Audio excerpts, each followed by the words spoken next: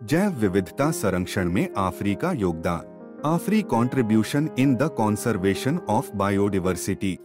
विशिष्ट रेगिस्तानी परिदृश्य को समझते हुए जोधपुर राजस्थान में शुष्क वन अनुसंधान संस्थान आफरी वानिकी में वैज्ञानिक अनुसंधान करने के उद्देश्य से काम करता है। संस्थान का उद्देश्य है थ्रस्ट क्षेत्र जैव विविधता संरक्षण एवं पारिस्थितिकी सुरक्षा के अंतर्गत एक थीम जैव विविधता का संरक्षण है, जिसके मद्देनजर संस्थान जैव विविधता संवर्धन हेतु कटिबद्ध है।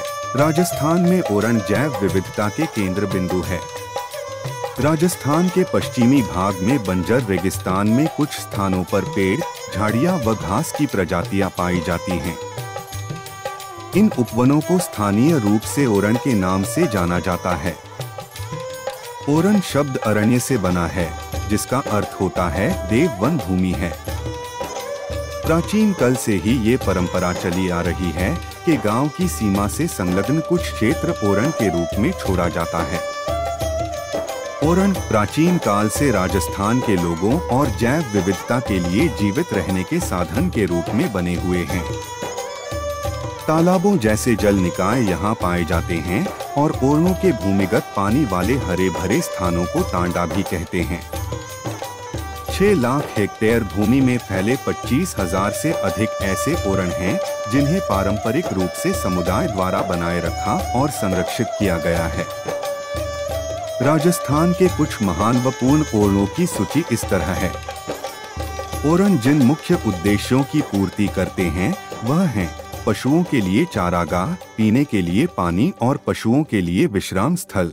आईसीएफआरई का और आफरी का जो मैंडेट थर्स्ट एरिया और थीम है, उसमें जैव विविधता एक विषय है जिस पर हम काम करते हैं। और आफरी ने लगभग 14 परियोजनाएं जो कि जैव विविधता से संबंधित है राजस्थान में और गुजरात में पूर्ण की है। आफरी ने लगभग 50,000 के आसपास 10 से 15 जगहों में जोधपुर शहर में सड़कों के किनारे या ब्लॉक प्लांटेशन विभिन्न परिसरों में करके बहुत सुंदर हरियाली विकसित की है। ये ओरण पेड़ों की विभिन्न स्थानीय प्रजातियों से फल फूल रहे हैं, जैसे खेजड़ी, कुमट, बबुल, कैर, मीठा जाल, रोहिड़ा और फोग, कीट व घास जैसे सेवन। पेड़ों की रक्षार्थ 363 शहीदों की याद में जोधपुर के नजदीक खेजड़ली गांव का वार्षिक पर्यावरण मेला यहाँ जैव संरक्षण का एक सर्वोपरि उदाहरण है। हमारे विष्णु समाज के प्रवर्तक श्री गुरु जम्बेश्वर भगवान, उन्होंने पर्यावरण की रक्षा के लिए बहुत अच्छे नियम बताए। उस नियमों पर चलते हुए हमारे विष्णु समाज के 363 सब ने जो मरुस्थल में पेड़ है हमारे खेजड़ी, उस खेजड़ी पेड़ को बचाने के लिए यहाँ इसी खेजड़ी में अपने प्राणों का निछावर दिया था। उनकी याद में यहाँ हर वर्ष ये भादवा सुदी दशमी को मेला लगता है।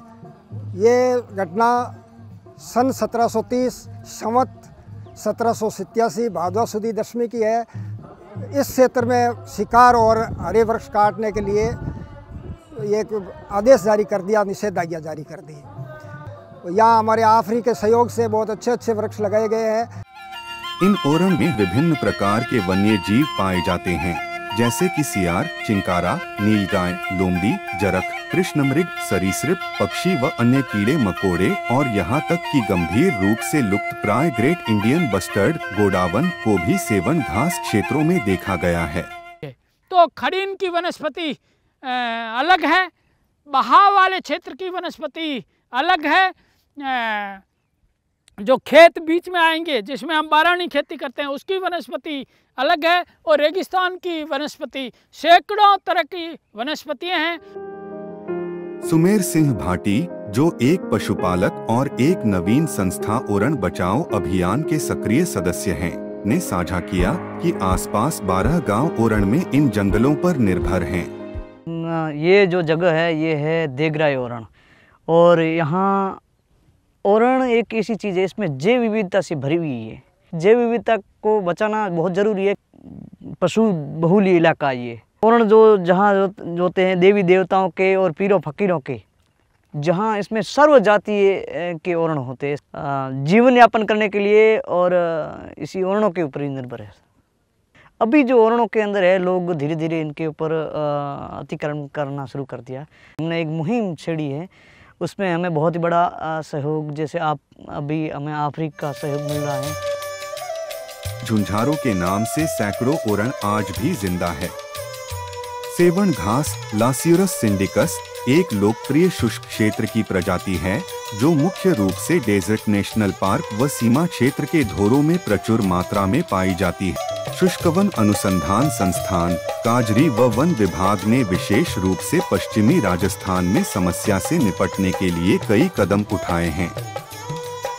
राजस्थान वन विभाग ने रेत के टीलों की ढीली मिट्टी को स्थिर करने और रेगिस्तान में बालू मिट्टी के प्रसार को रोकने के उद्देश्य से वर्ष 1988 से 1991 तक इन टीलों पर वृक्षारोपण किया।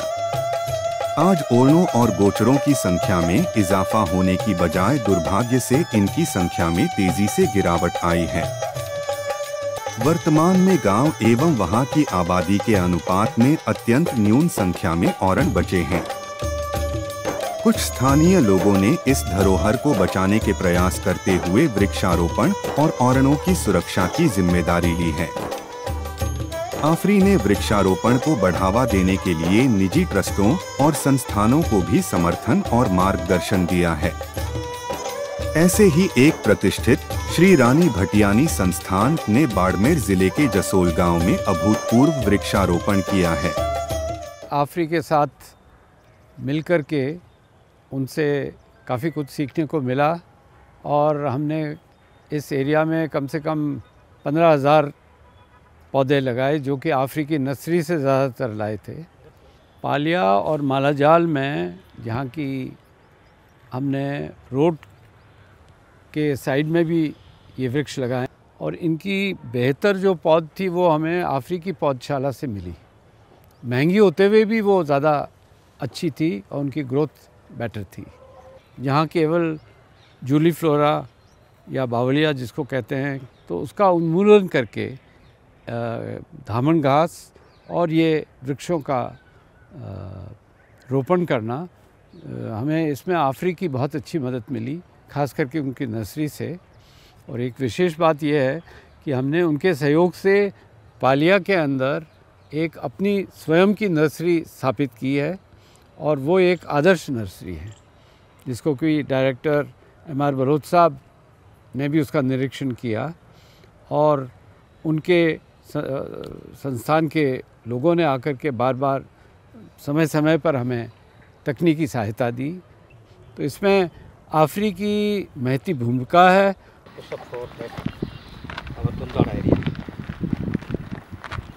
So we here at Jasol tried to transform a hillock which was completely infested with the Juliflora, and we were thinking of ways of how we can do it in a sustainable and eco-friendly plus also a financially sustainable manner.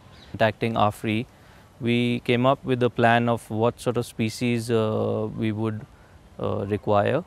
So we zeroed on certain species that were well adapted for hilly terrain. आफरी द्वारा संस्थान परिसर, प्रायोगिक क्षेत्रों में लवणीय भूमि, चट्टानी क्षेत्र और टिब्बा स्थिरीकरण में न्यायिक अकादमी जोधपुर, वायुसेना क्षेत्र रोड, IIT जोधपुर, राजस्थान उच्च न्यायालय, JNVU नया परिसर रोड, MBM इंजीनियरिंग कॉलेज, वृक्षारोपण कर हरित आवरण को बढ़ाया गया है। शहरी वनीकरण हेतु जोधपुर शहर के विभिन्न स्थलों को हरा भरा किया गया है। गुजरात राज्य में भी उन्होंने प्लांटेशन और अन्य सार्थक प्रयासों के द्वारा सैलिनिटी इंक्रीज को कंट्रोल करने के लिए काम किए गए हैं। शुष्क वन अनुसंधान संस्थान आफरी अपने गठन के समय से ही इस अद्भुत शुष्क परिदृश्य के संरक्षण के लिए समर्पित रूप से काम कर रहा है।